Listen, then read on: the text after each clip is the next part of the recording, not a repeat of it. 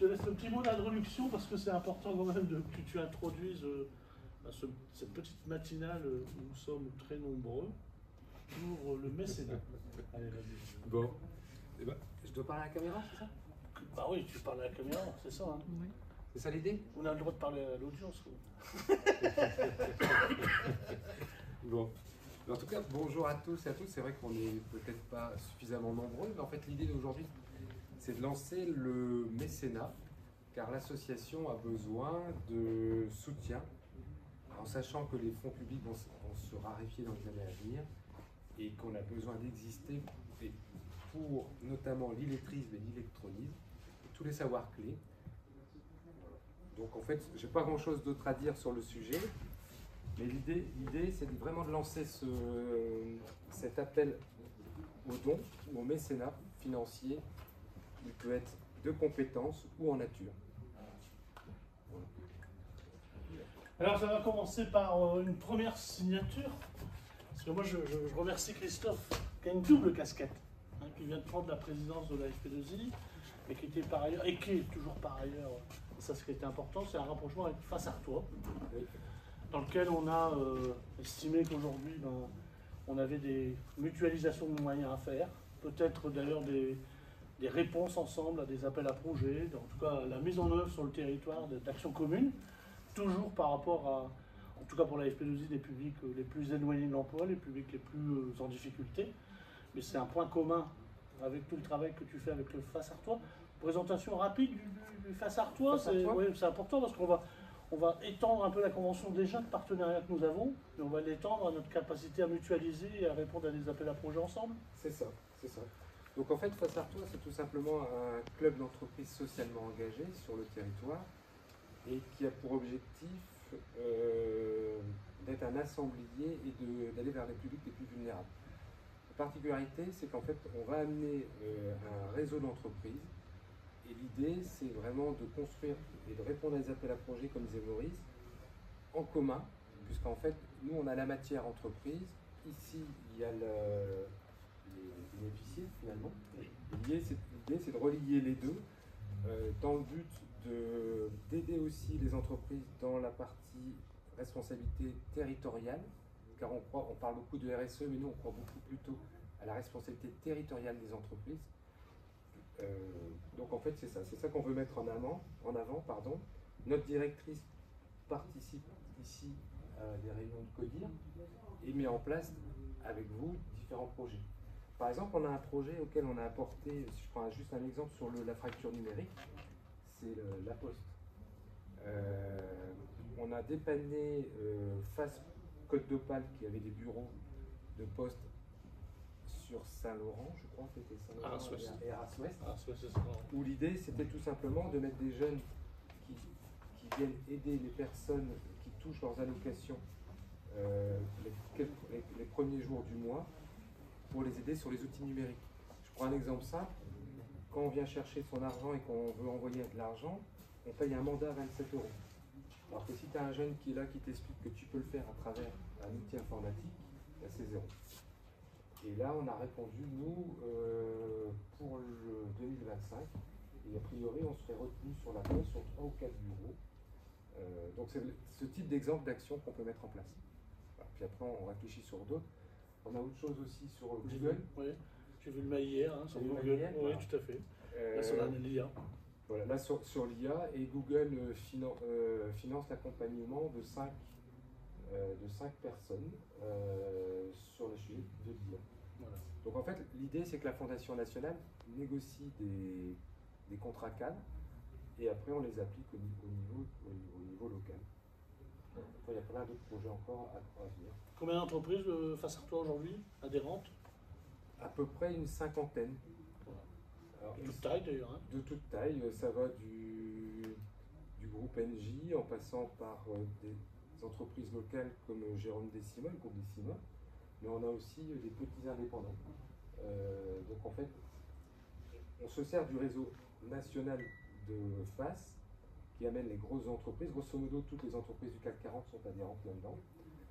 Et après, selon les volontés, on récupère les entités locales. Voilà à peu près. Merci Christophe. Avant de passer à la signature de l'avenant finalement à notre convention pour étayer la collaboration entre la FP2I et Face Artois, rappelez le pourquoi on est là aujourd'hui en termes d'intérêt général. 38 ans d'exercice au niveau de l'APP, Atelier de pédagogie personnalisée, on est labellisé APP. L'ancrage territorial était la clé de voûte de ce label. 38 ans. Alors, et c'est la première fois qu'on fait une campagne de mécénat. Pourquoi? Alors, c'est pas la première fois qu'on a des mécènes. D'ailleurs, le groupe des CEMA nous a accompagnés, par exemple, sur une action précise qu'il a parrainée. C'est des espaces de production numérique solidaire. J'ai la chance d'avoir Nabil avec Indelab qui parraine aussi nos actions. Donc on a aussi des collaborations, parfois de parrainage. C'était d'ailleurs la première chose qu'on a travaillé avec les entreprises pour essayer de faire en sorte que nos jeunes ou les publics que nous accueillons puissent être en contact avec les entreprises et avoir une meilleure connaissance des métiers dans les entreprises, notamment sur le numérique, parce que je pense que l'enjeu pour nous en 2015, vous voyez, on a lancé l'espace de production numérique solidaire, c'était vraiment de retravailler la captation des jeunes à travers le digital pour les remobiliser sur un projet vers l'emploi. Intérêt général, reconnu par aujourd'hui, vous savez que le mécénat, toute association de loi 1901 est éligible de fait en intérêt général pour faire ce qu'on appelle un resté fiscal. C'est-à-dire effectivement, on peut avoir, alors tu l'as dit tout à l'heure, il y a 3 manières de faire du mécénat. On a le mécénat de compétences, on a l'AFAD qui ne pouvait pas être parmi nous ce matin, mais qui confirme son mécénat de compétences. Donc là, c'est une entreprise qui décide de nous accompagner sur un de ses salariés en termes de compétences expertes. Alors ça peut être nous en pédagogie, ça peut être pourquoi pas en technique, mais ça peut être aussi au niveau de la compta gestion, etc. Enfin là, pour le coup, c'est selon le besoin de l'association d'être accompagné. Et dans ce cadre-là, l'association ou l'entreprise qui fait le mécénat de compétences prend en charge les frais de salaire. Alors ça se développe de plus en plus dans les entreprises, au niveau du RSE, avec effectivement la possibilité, et là, l'actualité veut que de plus en plus on aura regardé ça, parce qu'il y a des seniors dans les entreprises qui posent la question, et ça peut être aussi l'articulation entre la transmission nécessaire pour les seniors et puis les besoins des associations d'intérêt général comme les nôtres. Alors l'intérêt général est toujours un peu fragile au niveau des impôts. C'est-à-dire de faire du resté fiscal, on dit tout le monde peut le faire. Alors sauf que nous sommes sur un champ qui pouvait se discuter, parce qu'on est APP, Atelier de pédagogie personnalisée, on est agréé éducation populaire, on est association loi 1901, on est économie sociale et solidaire, sauf qu'on est organisme de formation. D'éducation permanente. Alors éducation permanente, ça veut dire qu'on est ouvert à tout public, mais on est organisme de formation avec cette idée quand même que les organismes de formation peuvent être soumis au marché, et donc en concurrence. Donc on s'est assuré auprès des impôts que la partie principale finalement à 90%, voire 95% de notre activité, c'est les publics non qualifiés. Et en particulier les savoirs fondamentaux, donc la lutte contre l'illettrisme, l'illectronisme, voire l'accès à la langue française pour les publics d'origine étrangère. C'est pour ça qu'on a fait cette matinale, parce qu'aujourd'hui on a la certitude que les impôts nous suivront sur le resté fiscal par rapport à notre activité. Parce que là il y a une prise de risque. D'ailleurs, rappelle-toi, on avait dit on est en stand-by parce que il y avait une prise de risque pour les entreprises. Là, c'est fini. On a eu l'accord pour 3 ans et la confirmation pour les impôts. Donc, si on peut faire du resté fiscal avant le 31 décembre à hauteur de 66% sur les bénéfices de l'entreprise, ça lui permet de garder, on va dire, une contribution finalement assez importante sur ces bénéfices. On verra si ça évolue pour les entreprises. On parle de 50% l'année prochaine. En tout cas, pour cette année, 66% c'est confirmé au niveau de l'État. L'idée est de lancer, nous, une levée de fonds, parce que faire du social, faire du public en difficulté, ça veut dire de la proximité. Ça veut dire qu'il faut qu'on aille au-devant des publics. Ça veut dire des agences de proximité. Tout ça, c'est un coût qui, parfois, n'est pas pris en charge par des fonds publics, tout simplement parce qu'il y a du surcoût lié à des établissements qu'on doit mettre en place dans tous les quartiers, mettre en place dans les campagnes. Je vais citer quelques sites après. Aller au-devant des publics en situation d'illettrisme, ça nécessite aussi, la Poste est un bel exemple, sur lequel on va au-devant des publics. Tout ça, c'est des surcoûts. Plus on avance, plus aujourd'hui on demande à nos associations, finalement, des missions d'intérêt généraux. C'est vrai qu'on est dessus, sauf que tous les coûts ne sont pas couverts. Donc on fait une levée de fonds cette année, à titre exceptionnel. Alors, Est-ce qu'on le refera en 2025? Certainement. Pour essayer de compenser finalement notre service d'intérêt général vis-à-vis des publics en situation d'illettrisme et d'électronisme.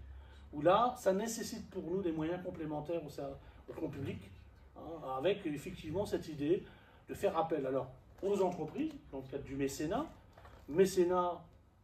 pécunier directement, c'est-à-dire que ça peut être finalement un versement d'une aide directement de l'entreprise, hein, alors d'un volet qui varie selon ce que l'entreprise décide. Ça peut être du bien et du service, hein, on verra tout à l'heure qu'on a ça, et puis le mécénat de compétences. Donc ça, c'est déjà l'idée d'aller au-devant de moyens complémentaires. On a quelques contacts aussi, bien sûr, avec les fondations. Et je pense qu'avec FAS, la chance qu'on a, là, justement, c'est aussi d'aller lever peut-être un peu plus les fondations d'entreprise, hein, donc les fondations qui existent aujourd'hui et qui peuvent parfois nous accompagner sur des projets. Pour expliquer, FAS est une fondation abritante. Donc à l'intérieur, il y a une trentaine de fondations. Et on peut aller chercher en fonction des sujets. D'ailleurs, je pense que Karine a dû faire un ou deux dossiers. En fait, ce sont des fondations redistributrices. Elles sont adhérentes, c'est-à-dire qu'en fait, c'est FAS National qui gère leur budget. Et en fait, elles s'appuient sur le réseau des clubs. Par exemple, quand on participe au forum il y a le sport, il y a l'alternance, il y a plein de sujets. Et en fait, il faut rentrer dans l'ADN de FAS, parce qu'il existe aussi la Fondation France, il y a des fondations d'entreprise, mais là, en fait, ce sont des fondations, toujours liées à l'ADN de FAS, c'est-à-dire les publics les plus vulnérables. Donc, on peut aller chercher quelques fonds qui financent, tout simplement. Christophe, je te propose de passer à la signature de l'avenant à notre convention de partenariat pour le FAS Artois, et je signerai pour la FP2I. C'est ça. Parce que tu as une double casquette. Oui. Ah mais elle l'a fait dans... Oui. Bon, c'est pas grave. Signe là. Regardez la caméra. Maurice, Oui. Marcel. est-ce que ton rescrit fiscal de la FP2I fonctionne pour les personnes physiques aussi? Oui. Oui. Alors, c'est vrai que pour l'instant, on n'a pas choisi encore de faire appel aux dons du particulier. On a ciblé plutôt le mécénat d'entreprise. Hein, avec l'idée, par rapport d'ailleurs à notre objet social, qui est d'aller au-devant des publics les plus éloignés, les plus en difficulté, voire en situation d'illettrisme, d'électronisme, voire d'immigration, hein, de pouvoir effectivement capter plutôt les fonds des entreprises. On ne pourrait pas se priver d'aller vers le fonds particulier. Pour l'instant, ce n'est pas notre priorité. En tout cas, on s'est dit qu'on va lancer déjà une campagne de mécénat. C'est déjà pas mal parce que ça correspond aussi à ce qu'on essaie de développer avec Christophe. On en a parlé tout à l'heure sur la responsabilité sociale territoriale des entreprises. Hein, et donc de faire en sorte aussi que ça puisse contribuer aujourd'hui à des exemples d'entreprises engagées sur un territoire pour une cause qui est quand même pas anodine, hein, qui est quand même l'égalité des chances sur les savoirs fondamentaux, sur l'illettrisme, et donc de dire, bon voilà, nous dans le cadre du RSE, parce que vous savez que les entreprises sont de plus en plus, hein, en tout cas ça peut être un marqueur aujourd'hui au niveau des entreprises sur leurs engagements, de faire en sorte qu'effectivement ils accompagnent une entreprise comme celle, enfin une association comme celle de la FP2I. C'est le cas d'autres associations d'ailleurs, hein, les associations caritatives, au niveau de la pauvreté, les associations, parfois, je pense à l'EDC, enfin, il y a d'autres associations qui sont accompagnées par les entreprises sur du mécénat. Le don particulier, ce sera peut-être un débat l'année prochaine. Pour l'instant, alors j'en profite parce qu'avec avec Nabil Indelab a développé un site qui pourrait faire appel, là pour le coup, vraiment à l'appel au don du particulier, hein, avec une levée de fonds du particulier. Si on le fait, peut-être, hein, on verra de façon complémentaire avec le conseil d'administration, ce sera peut-être sur des actions bien ciblées, par rapport à des territoires bien ciblés. Hein. Pour l'instant, nous, l'idée, c'est de détailler notre réseau de partenaires, entreprises privées, en termes de mécénat, de façon plus globale, sur l'objet même social de la FP2I. Et pour répondre, Marcel, à ta question, en fait, nous, chez FAS, il y a une étude OpinionWay qui a été faite sur l'engagement des salariés. Et aujourd'hui, il y a deux choses à retenir. C'est que les salariés ne veulent plus d'engagement RSE qui était du type communication. Tu sais, avant, souvent, la RSE, c'était une petite branche du service com. Et il fallait faire bien en disant voilà, je fais ci, je fais ça. Aujourd'hui, les salariés demandent un réel engagement de leurs entreprises, mais au plus près d'eux, dans leur périmètre. En fait, ils ne veulent plus forcément que l'entreprise donne X millions d'euros pour une cause qui peut être le cancer ou autre. Ils vont plutôt demander à ce que l'entreprise donne de l'argent sur son territoire qui est ici. Et je vais prendre un exemple dans ce cadre-là qui est... moi, j'ai eu la chance de rencontrer le patron du groupe Dell. Le groupe Dell, il a 2 entités en France, c'est Saint-Denis, Montpellier. Et donc lui, il ne donne de l'argent que dans son territoire. C'est-à-dire qu'il ne donne plus d'argent au niveau national. Et il est allé très loin aussi dans la partie engagement territorial. C'est qu'en fait, il a déterminé une enveloppe de 150 € par salarié pour les heures de bénévolat qu'ils appliquent dans les associations, quelles qu'elles soient. C'est les salariés qui choisissent. C'est ça. En fait, si tu veux, le patron dit voilà, Marcel, tu peux faire 10 heures, enfin lui il a pensé comme ça, 10 heures de bénévolat. Si tu fais 10 heures de bénévolat, je te donne un chèque de 150 €, mais tu iras remettre à l'association dont tu t'occupes, pas pour le salarié. En fait, et donc du coup, c'est un double intérêt, c'est que le lien avec l'entreprise, il devient différent, il devient ambassadeur de son entreprise, puis quand tu es bénévole dans une association de foot ou quoi que ce soit, ton patron il t'a donné un chèque de 150 balles que tu amènes, tu te valorises et tu deviens l'ambassadeur. Et ce qui m'expliquait le patron de chez Dell, c'est qu'en fait, ces salariés-là, finalement, il peut leur demander peut-être un petit peu plus qu'à d'autres, parce que le jour où il y a un coup de bourre, ils vont être là parce qu'ils sont reconnus pour leur personne. En fait, c'est ça en fait aujourd'hui. Ça crée du lien sur le territoire. En fait, c'est les demandes. C'est ça qui est important. Tu vois, il y a le lien, le salarié il demande ça, mais du coup, pour fidéliser tes salariés, des fois, tes gens peuvent quitter l'entreprise pour des raisons X ou Y, et le fait d'avoir des valeurs communes, fait que ton salarié, il va peut-être rester chez toi parce qu'en fait, tu partages les mêmes valeurs, et en plus, c'est toujours valorisant quand tu es ambassadeur de ton entreprise, quel que soit l'endroit où tu vas, quoi. Ça... Et moi, quand il m'avait expliqué ça, j'étais resté la bouche bée. Sur son site de Montpellier, où il y a 700 salariés, il estime à peu près, il avait à l'époque 80 personnes Ambassadrices. Ouais. À un tel point qu'il était obligé d'organiser des after-work pour organiser tout ça. Et l'intérêt dans l'entreprise, c'est qu'en fait, tu avais des gens qui se parlaient pas. Tu avais le directeur de la com, le DRH qui parlait peut-être à un ouvrier de production, parce qu'en fait, ils étaient tous autour de différents projets. Et donc, pour lui, il renouvelle ça tous les ans. Voilà. On a une dizaine de contacts actuellement avec des entreprises qui vont étudier notre campagne de communication. Finalement, aujourd'hui, alors on a établi un petit flyer qui sera diffusé d'ailleurs à cette occasion du lancement à la matinale, qui permettra d'interpeller les entreprises avec bien sûr un choix de leur part sur la manière dont ils veulent contribuer à notre intérêt social et intérêt général, donc soit par des contributions sous forme de dons et de biens et de services, soit effectivement sur le financement direct, en étant donateur direct, voire pourquoi pas à minimum le parrainage, donc d'action. Ça, je pense que certains, parfois, c'est un peu ce que tu disais. Bon, finalement, j'ai un salarié qui va accompagner une action, qui va parrainer une action. C'est pas du mécénat au sens où on l'entend, mais c'est déjà une première contribution d'une entreprise qui nous aide aussi dans notre mission d'intérêt général.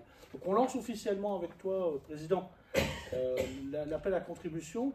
On a déjà aujourd'hui 3 entreprises qui sont prêtes à s'engager. J'en ai parlé tout à l'heure, c'est la FAD. Donc la FAD va s'engager sur 3 mois de mécénat de compétences pour nous accompagner sur la partie justement juridique, gestion, etc. de l'association. On a un deuxième mécène qui nous accompagne historiquement et je propose qu'il te rejoint et qui va se présenter, c'est Jérôme. Jérôme, tu viens à côté du président? Tout à fait. Ouais, on va enlever le siège, ce sera plus simple, parce que sinon, voilà. Alors, Jérôme, peut-être déjà présenter le groupe? Ouais, pas de et souci. puis, pourquoi tu t'engages avec nous, quoi? Alors en fait on est un groupe familial qui a été créé par mon grand-père et ses frères en 1956. À l'origine on a été une boîte d'électricité, nous le sommes toujours avec un client historique qui s'appelle SNCF et qui est toujours notre client historique. On s'est diversifié autour des nouvelles technologies, ce qui nous permet aujourd'hui de couvrir à la fois les métiers du BTP dans le second œuvre et à la fois les métiers de la cybersécurité, de l'hébergement en data center, etc. Et ça fait une dizaine d'années, j'ai l'impression. Hein, oui, c'est une dizaine d'années, tout à fait. Et qu'on 2015. accompagne, parce que toutes les missions qui sont portées nous touchent, nous tiennent à cœur et sont un peu à l'image de ce qu'on voudrait faire, mais dans l'entreprise, on a des impératifs de production et trouver des associations qui sont en mesure d'accompagner ces personnes au mieux et au plus proche des territoires, c'est quelque chose de valorisable et c'est pour ça qu'on a décidé de les accompagner depuis très très longtemps et d'essayer de près ou de loin de participer à toutes ces actions et puis d'essayer d'apporter une petite pierre à l'édifice, soit financière, soit de compétences, soit matérielle, pour continuer à faire que l'association puisse grandir encore de nombreuses années avec toi Maurice et avec Christophe. Merci Jérôme. Aujourd'hui, on va formaliser un peu plus les choses parce que finalement, tu as été dans le parrainage avec nous, avec du mécénat déjà de matériel à l'époque. Là, on va aller plus loin. Ton idée de nous accompagner, justement, c'est par rapport à l'intérêt social de la structure, les publics qu'on touche, c'est ça? C'est là où tu es sensible, toi, en tant que chef d'entreprise? Tout à fait, en tant que chef d'entreprise, c'est à ça on est sensible. Et en plus, sur le territoire, je pense que voilà, tu es parfaitement identifié, Maurice, c'est gentil. sur toutes les actions que tu mènes depuis des années. Oui. Et encore une fois, nous, on a beau avoir la meilleure volonté du monde, on ne sait pas forcément s'organiser, encore une fois, face à nos impératifs de production économique d'entreprise. Et de ce fait-là, de trouver des personnes qui savent faire rayonner les valeurs que l'on a intrinsèquement sur le territoire, c'est parfait. Donc c'est ce qu'il faut. Merci en tout cas de t'engager à nos côtés en termes d'ailleurs de contribution. Alors à la fois de contribution matérielle, parce que on est sur des salles déjà. Tu as déjà, ça y est, c'est parti. Ouais, des salles, des voilà, véhicules, des moyens, etc. Et puis éventuellement peut-être financier, mais ça on verra par rapport à tes possibilités. Christophe, je pense qu'on ne peut que remercier Jérôme parce que à la fois c'est une entreprise fidèle à nos côtés sur les valeurs et qu'on partage ensemble depuis quelques années. Mais là on va plus loin en termes d'engagement et de rescrit fiscal. C'est aussi un effet levier de dire aujourd'hui les entreprises peuvent s'engager sur une cause quand même qui est comme la nôtre importante sur les territoires. Je rappelle quand même que l'illettrisme c'est aujourd'hui encore 10% de la population et l'électronisme ça touche à peu près 15% de la population. Donc on n'est pas sur des sujets anodins, on est quand même sur des sujets qui vont jusqu'au non-recours au droit. C'est-à-dire des gens qui finalement indirectement se marginalisent dans notre société, y compris lorsqu'il faut accéder à l'emploi, par rapport à des démarches administratives. Donc on est vraiment sur un sujet de territoire et d'égalité des chances vis-à-vis du territoire. Nous, si on peut accompagner les personnes pour qu'elles aient cette chance supplémentaire à monter les marges de l'entreprise et à rentrer dans des métiers, il faut que la FP2I continue, comme tu le dis, à quelques années. Je rappelle qu'on a, au niveau des APP, à l'heure où je vous parle, on est quand même à 37 ans d'existence. L'APP d'Arras, c'est 37 ans d'existence. Depuis, on est un peu régional. On accueille quand même aujourd'hui 2500 personnes par an. Donc, on n'est pas sur, on n'est pas sur une captation publique limitée. On est quand même ancré avec un ancrage territorial sur 10 agences.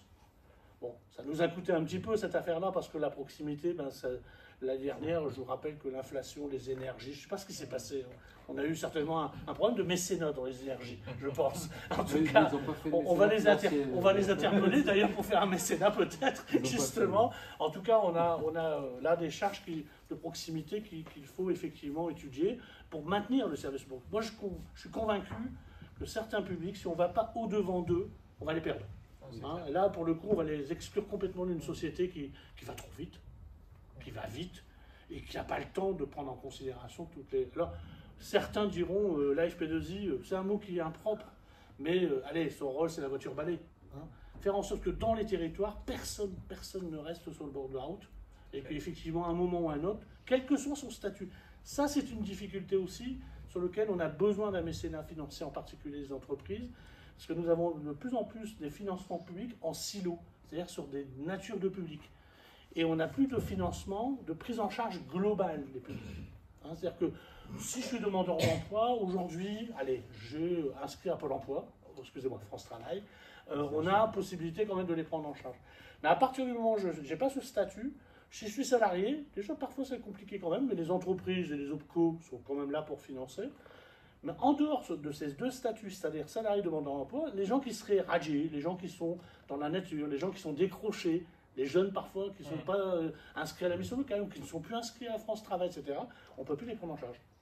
Parce que les fonds publics exigent qu'on prenne en charge des publics bien précis. Donc si on veut continuer de jouer ce qu'on a fait pendant 37 ans, hein, c'est-à-dire vraiment un ancrage territorial et faire en sorte que je suis mère de famille, je veux apprendre à lire et à écrire pour mes enfants, la FP2I peut répondre.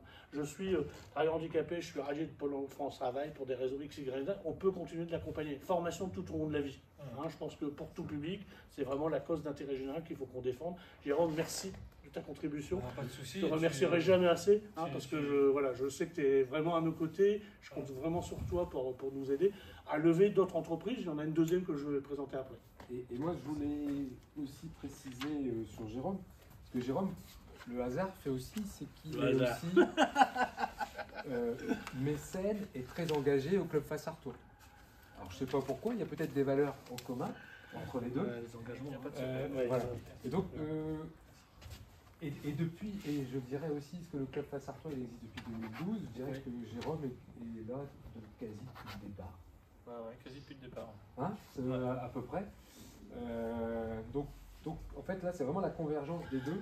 Alors là, pour le coup, Nous tous les sommes- deux, voilà. Non seulement vous vous rassemblez, et ensuite nous on se connaissait Voilà. individuellement. Donc. Christophe, parfait. officiellement, Allez. on scelle le partenariat et le mécénat En tout cas, je te remercie du de groupe nous Décima. accompagner et de reconnaître notre engagement. Pour nous, c'est aussi du bénévolat. Ouais, tout à fait. Parce qu'en fait, ce qu'il faut dire, c'est que, en tant que président, toi, tu es président du groupe Décima, mais tout ce que tu fais là, c'est du bénévolat. Et vous pensez bien qu'on a d'autres choses à faire à côté. Parce que, comme tu disais tout à l'heure, on est en responsabilité, donc on a des structures à faire tourner. D'ailleurs, combien de salariés, rentabiliser. Décima 300. 300 salariés. Ouais, donc en fait, moi je félicite Jérôme pour le temps accordé, parce qu'en fait il a énormément de choses à faire, vous imaginez. Déjà d'être là ce matin, et le temps accordé, à chaque fois qu'on te sollicite quel que soit, tu es présent. Oui. Je parle pour les deux casquettes. Oui. Donc je voulais te remercier. Pas évident tous les jours, mais Voilà. je fais de mon mieux. Voilà. Mais c'est parce que tu as une bonne formation, peut-être à l'IDM, qui t'a appris à t'organiser, à travailler sur ton projet Tout à personnel. fait, sans faire de pub. Voilà, parce qu'en fait, on fait partie aussi d'une autre association qui s'appelle l'IDM. Je ne sais pas si tout le monde connaît l'IDM. Non. En fait, c'est l'Institut des managers. L'idée, c'est quoi? C'est un groupe d'entreprises, de chefs d'entreprise déjà qui sont relativement humbles, puisqu'en fait, quand on arrive dans ce club-là, il faut faire une formation qui dure quasiment 9 mois. Un vendredi matin, soir, après-midi et un samedi matin. Et en fait, où on sait qu'on est tous bons techniquement, mais personne ne nous a appris le métier de chef d'entreprise. Et on s'aperçoit que dans le groupe, on travaille par groupe de 10-12, que tout le monde a exactement les mêmes problématiques. Tu es très bon dans ton métier, moi je suis très bien dans mon métier, par contre le métier de chef d'entreprise, on a tous les mêmes problématiques. Et donc il faut déjà une certaine humilité quand on est chef d'entreprise d'accepter, parce qu'en fait ceux qui sont là en général, ils ont plutôt des sociétés qui tournent, mais d'accepter de se dire, tiens, je ne suis pas au point, au maximum de ce que je peux faire, et j'accepte de retourner en formation avec des pairs. Et donc c'est ça, là-dessus on apprend aussi à se dégager du temps, à trouver le... En tout cas, merci pour votre contribution, parce que l'IDM permet que l'association AFP2I profite c'est ça. de votre bonne gestion du temps au niveau de votre entreprise. Association d'ailleurs qui emploie ici 85 salariés, hein, plus une soixantaine de services civiques donc, sur les territoires. Donc on est aussi employeur, on n'est pas entreprise. Mais on a un challenge que tu connais en tant que manager, c'est qu'on doit manager à la fois du social et de l'équilibre budgétaire. Et donc faire les deux, c'est pas toujours simple. C'est pour ça aussi qu'on a besoin des mécènes à nos côtés pour continuer de faire notre volet social. Parce que le risque quand même pour l'association à terme, c'est de cesser, ce qui n'est pas rentable, ce qui n'est pas quelque chose finalement d'équilibrable au niveau budgétaire, et donc d'arrêter de s'occuper des publics les plus éloignés de l'emploi. Ce serait un gros risque pour l'association et ce ne serait pas la FP2I, tu le sais. Et le danger, en fait, c'est quand j'entends France Travail qui parle de la loi plein emploi. La loi plein emploi, ça, grosso modo, c'est-à-dire, voilà, grosso modo, on est tous au plein emploi, donc maintenant, on va réduire les financements pour les publics les plus vulnérables. Sauf que là, c'est en train de changer, puisqu'en fait, il y a pas mal de plans sociaux qui sont en train de s'annoncer. Et le parent pauvre, ça va être nous. Alors qu'on va avoir plus de travail, c'est à l'inverse, hein, normalement. Comme on est en plein emploi, ces gens-là qu'il faut remettre au travail, il y a peut-être plus de temps à passer, plus d'argent à y mettre pour les remettre au travail. Alors que la logique de l'État, plein emploi, c'est-à-dire voilà, on est au plein emploi, on a fait ce qu'il faut, on est à nos 5%, et ceux qui sont là à 5%, on leur donne quelques pièces et puis ils se débrouillent. Donc c'est ça notre sujet. En tout cas, Jérôme, merci. Je t'en prie. Une Avec photo. plaisir. Donc, Une petite photo. Allez, Comment on prend la Louise photo va prendre la photo. comment Les est-ce trois qu'on- mousquetaires. On va Voilà. la prendre à minima ici, mais on aura l'occasion de se revoir prochainement avec les mécènes. Merci C'est bon. Louise. Merci. Jérôme, encore merci. On a des absents, mais j'ai eu un mandat important, celui de la société ID Formation, donc organisme de formation qui est en SCOP, qui est une SCOP nationale, qui intervient au niveau national, et qui s'engage à être mécène en 2024 à hauteur d'un don financier de 100 000 € minimum. Voilà, président. Donc Eric Feder m'a chargé, Eric Feder qui est son PDG, que tu connais, m'a chargé officiellement de l'annoncer au président d'entreprise en disant voilà, nous on se mouille, on a envie d'accompagner la FP2I sur son volet social, d'intérêt général, et donc ça nous permettra de pouvoir effectivement valoriser son investissement à nos côtés. Donc vous voyez la FAD, Daniel Djedou, que j'excuse, mais dont j'ai le mandat là pour dire qu'il va s'engager sur 3 mois de mécénat. Donc 3 mois de mécénat à travers un salariat à temps plein. Oui, À temps plein, donc c'est pas anodin, en particulier un cadre. Jérôme, avec l'apport qu'il va nous apporter à la fois matériel, peut-être financier, et puis de l'autre côté, ID Formation. On a un autre mécène, mais là, il vient tout juste de nous l'annoncer. Je ne citerai pas son nom parce que je n'ai pas le mandat, mais qui viendra certainement nous accompagner à hauteur de 10 000 € d'ici la fin de l'année. Et tu as eu le scoop lors de notre rencontre avec lui au bureau. Voilà, donc un mécénat qui se dessine. Aujourd'hui, c'est le lancement officiel de la campagne de mécénat. L'idée, c'est de relayer, donc déjà demander aux entreprises mécènes et partenaires, parce que je salue Émergence qui m'accompagne, alors là je ne parle même plus à 30 ans, et qui est en contact aussi parfois avec des entreprises, de pouvoir effectivement sensibiliser les collègues. Moi je remercie Nabil, parce que Nabil c'est pareil, il est en SIC, Société d'intérêt collectif, dont la FP2I d'ailleurs est associée, et on a une belle aventure depuis maintenant 10 ans quasiment. Ça va vite, ça va tellement vite. Donc pareil, de pouvoir relayer ça, je pense que il y en a un qui baisse la tête, là, il est un peu chaud, c'est pour ça qu'il baisse la tête. Il s'appelle Thierry Pruvot. Alors lui, il a la particularité d'être salarié chez nous, mais il est aussi président des paniers solidaires à Auchel. Il est en contact avec pas mal d'entreprises. Voilà, là aussi, parfois, sur la taxe d'apprentissage, etc. Enfin, il y aura un travail aussi à faire dans ce domaine-là. En tout cas, moi, je vous remercie. Je sais que le FAS Arpois va mobiliser aussi d'autres entreprises. Il y a des contacts en cours avec... À ce jour, il faut tenir le timing du 31-12. C'est-à-dire qu'à minima, il faut faire sa déclaration, que je puisse faire le CERFA impôt avant le 31-12, en tout cas pour 2024. Ça n'empêchera pas les entreprises après peut-être de nous accompagner sur le volet 2025, mais en tout cas pour 2024, s'ils veulent bénéficier des 66% de dégrèvement impôt, c'est maintenant que ça se joue. C'est pour ça que je me suis empressé, je l'admets, parce que certains m'ont dit tu prends la date, tu vas comme ça. Bah oui, mais sauf que maintenant 4 semaines, on y est. Ça va tellement vite en fin d'année comme ça. Et les agendas, vous l'avez souligné, sont très chargés. J'ai voulu vraiment maintenir le cap avec toi en tant que président pour lancer la campagne. La voilà lancée. Je remercie vraiment Mélodie qui va avec Louise faire en sorte que tout ça soit sur les réseaux sociaux. Les entreprises, et Jérôme disait justement, moi, on va relayer au niveau des réseaux sociaux. Je compte vraiment sur vous. Il y va quand même du maintien de l'intérêt général de l'association, notamment sur les publics les plus éloignés. C'est vraiment ma crainte. C'est-à-dire qu'à un moment ou à un autre, on va laisser des gens en dehors de notre association parce qu'on n'aura plus les moyens de faire du social au sens, pas assistance sociale, au sens sociétal, c'est-à-dire ne rentrant pas dans les clous. C'est ça. Et si tu reviens sur ID Formation, il est partenaire depuis de nombreuses années. Pareil. Alors, on ne va pas tout dire, c'est des années 90. Donc, ID Formation est partenaire de la FP2I sur un sujet qui fait partie de l'intérêt général de la FP2I. On a commencé à travailler ensemble sur, ça s'appelle toujours l'OFI d'ailleurs. On est vraiment sur les publics migrants. Et notamment dans la loi française, donc vous voyez, il y a 30 ans déjà, tout migrant arrivant en France de façon régulière, j'insiste quand même, à une obligation républicaine de formation à la langue française. Donc effectivement, l'OFI lançait des marchés. Alors d'ailleurs, c'est le premier financeur public qui s'est empressé de mettre en place des marchés, alors que depuis, avec l'Europe, on a mis en place du SIOG. Alors ça, c'est plutôt l'Europe qui est venue protéger un peu l'intérêt général en disant attention, maintenez quand même le mode subvention.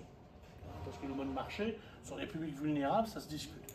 Et donc on a travaillé avec Eric, et c'est avec Eric Federbe, Idée Formation, qui démarrait, qui n'était que régional à l'époque. Depuis, il a une nationale aujourd'hui. C'est une entreprise de près de 500 salariés. Donc, voilà, oui, c'est une entreprise nationale, près de 500 salariés. Je pense qu'il a 700 aujourd'hui. Donc il continue de grimper, qui nous a accompagnés et avec qui on a travaillé. Et donc sur Arras, on a été longtemps le bras armé de l'OFI en collaboration avec Idée Formation. Donc effectivement, c'est une vieille histoire sur un public d'ailleurs qui nous concerne ici, parce que le FLE au sein de la FP2I, c'est à peu près 180 personnes par an. Ça a été accentué avec, j'ai mis à part, une mission que l'État nous a demandé, la région, c'est l'accueil des Ukrainiens. Et donc on accompagne aussi les publics ukrainiens qui malheureusement sont réfugiés liés au conflit. Et donc on a un volant quand même d'accueil de publics de nationalité étrangère. On est à peu près à 20 nationalités. D'accord. Donc c'est un volet quand même. Alors ça représente à peu près 20% de l'activité quand même de la FP2I. Donc c'est pas là aussi, c'est un volet social d'intérêt général, alors qui peut dans le climat général parfois poser question de savoir si la FP2I doit encore continuer cette mission. Pour l'instant, j'ai mandat de mon conseil d'administration et de mon président en disant on ne change rien, surtout pas une équipe qui gagne, donc on va continuer d'accueillir ce public, et je pense que c'est important qu'on l'accueille, surtout si on parle d'intégration, et surtout si on parle de plein emploi, parce que je fais le petit parallèle quand même, on a aussi là une main-d'œuvre qui est parfois dans le bâtiment, dans certains métiers, qui sont partants, je pense à la restauration, enfin des secteurs en tension sur lesquels ce public peut être aussi une main-d'œuvre si on les prépare avec la maîtrise de la langue française. Donc oui, Idée Formation, un partenaire historique qui nous rejoint, qui passe un cap, parce que là, il devient aussi mécène. Là, pour le coup, on va avoir une entreprise mécène, directement avec un don pécuniaire. Et une autre entreprise qui, elle, va nous faire un versement et qui deviendra donc 4 mécènes aujourd'hui. Allez, d'ici la fin de l'année, je reste modeste, je sais que c'est compliqué, c'est pas simple de mobiliser les troupes. Et puis, des fois, Orange a des pannes de téléphone quand même, enfin, on le sait. Donc, j'ai la chance d'avoir Jérôme. Il va me résoudre ça, Jérôme. Non, mais c'est vrai, quand on a besoin, les pannes de téléphone, c'est incroyable. Enfin, je dis Orange, excusez-moi, c'est pas qu'Orange, tous les fournisseurs parfois sont en panne.